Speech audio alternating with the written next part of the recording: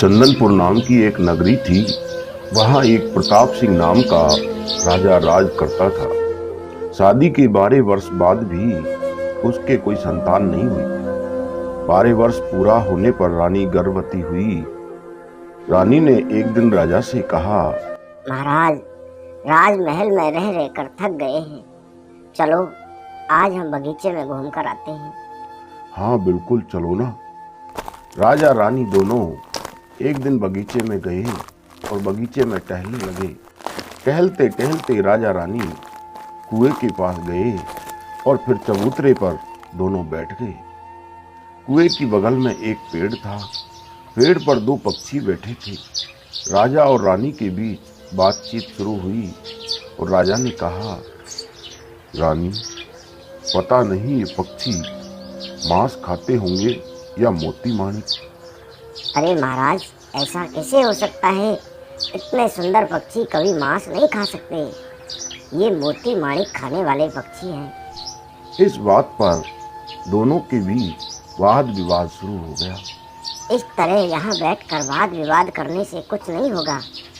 हम अपने महल चलकर नौकरों से इसका पता लगाते हैं कि ये पक्षी मांस खाते हैं या मणि माणिक खाते हैं।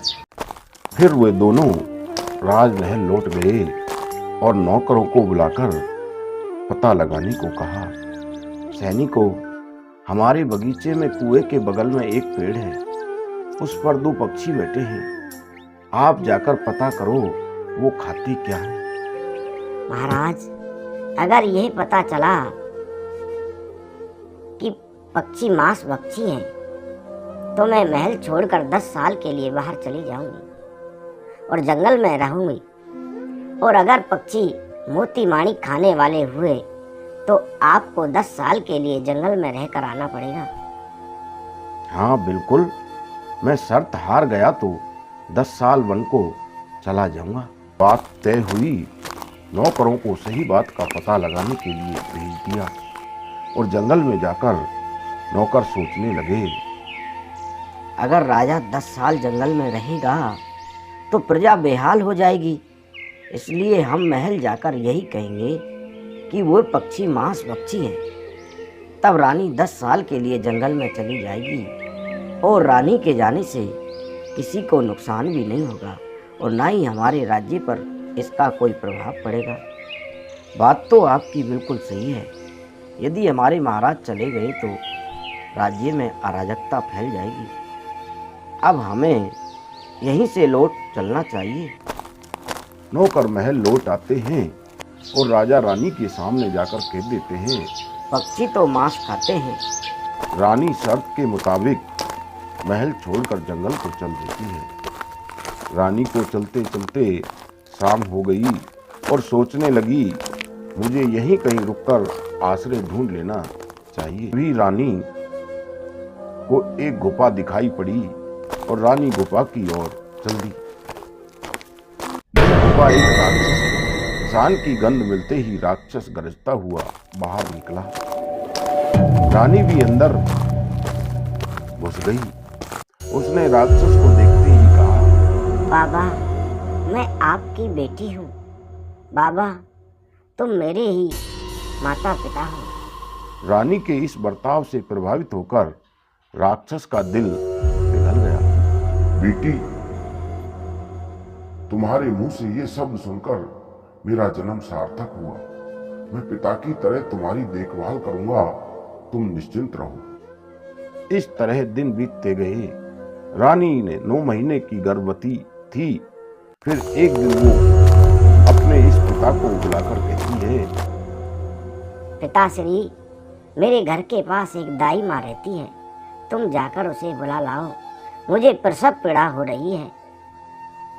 तुम आराम करना बेटा, मैं अभी बुलाकर लाता हूँ। दाई माँ को बुलाने राक्षस उसके घर चला जाता है और राक्षस एक बुढ़े का भेष बनाकर उसके घर के बाहर बैठ जाता है। उस समय दाई माँ कहीं बाहर गई हुई थी। जब शाम को दाई माँ घर लौटती है तो उसको घर के बाहर बुढ़े के भेष में राक्षस बैठा मिलता है। दाई माँ उससे पूछती है, आप कौन हो और कहाँ से आए हो? मेरा गांव, मेरी बस्ती वही है जहां शाम होती है और जहां अंधेरा होता है, वहीं मैं रुक जाता हूँ। फिर दाई माँ बुड्ढे को अंदर बुलाकर खाना खिलाकर पलंग पर सो जाती है। राक्षस को एक टाट की बोरी देकर उस पर लेट जाने को कहती है।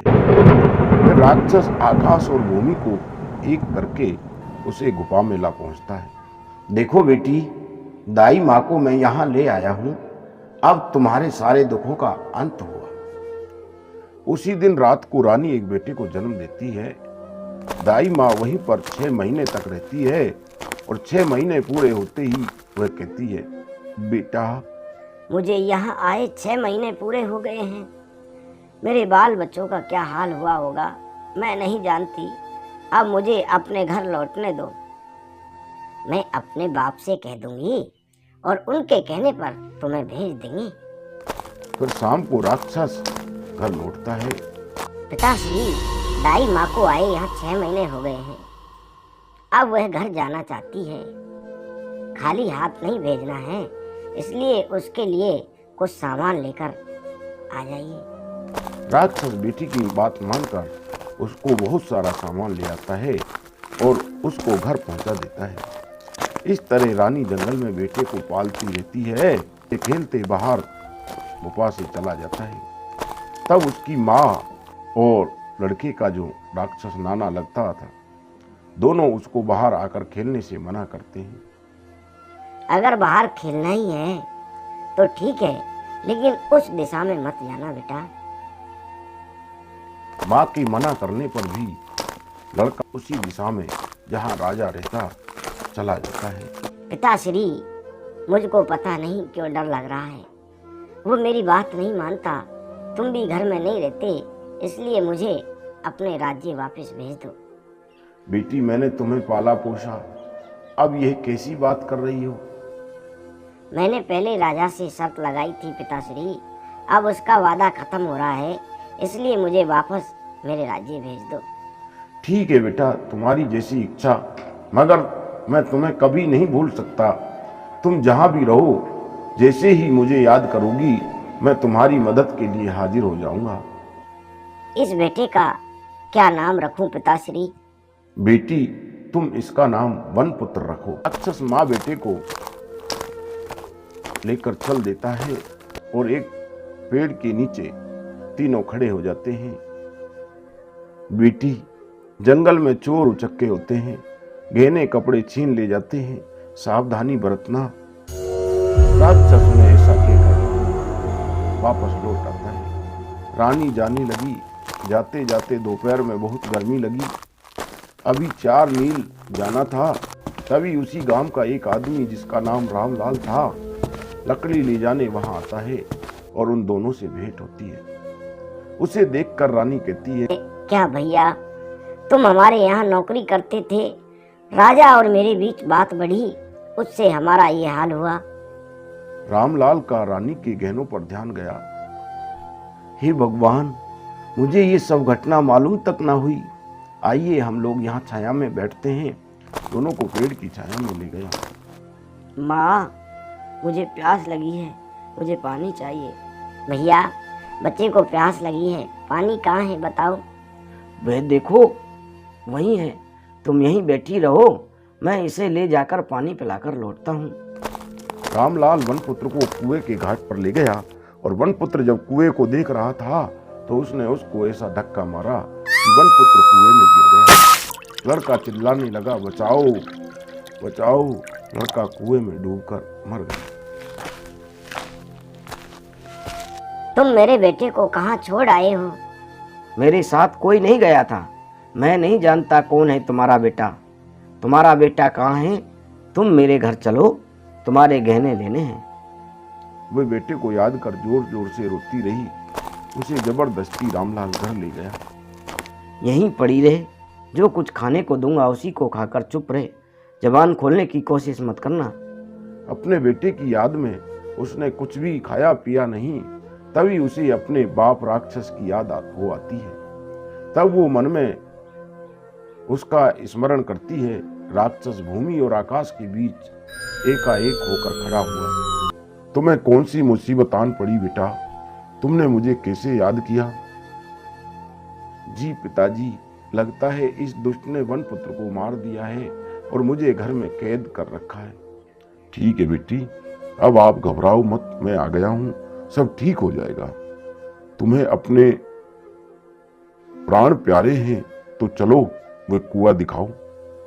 रामलाल तुरंत कुआं आकर दिखाता है। तब कुएं में वन पुत्र लाश बनकर पड़ा था। तभी राक्षस वन पुत्र को उठाकर पुनर्जन्म दिलाता है।